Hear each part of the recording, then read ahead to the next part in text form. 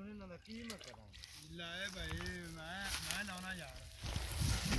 ਉਹ ਤਾਂ ਪੀਲੇ ਫੜ ਕੇ ਲਾਈ ਆ ਹਲੇ ਮਿੱਟੀ ਕੋਵੇਂ ਹੱਥ ਨਾਲ ਭੁਰ ਜਾਂਦੇ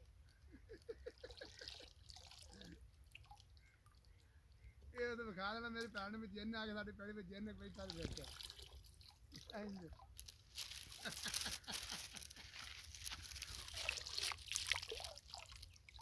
ਆਹੋ ਮਾਰ ਰਸ ਮਾਰ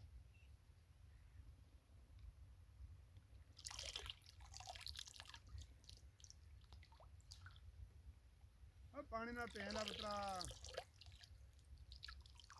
ਇੰਜ ਚੋਕਲਾ ਨਹੀਂ ਕਰ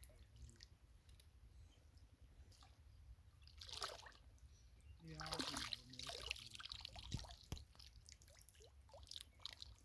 ਉਸਾਂ ਆਵਾਂਗੇ ਪੜਾ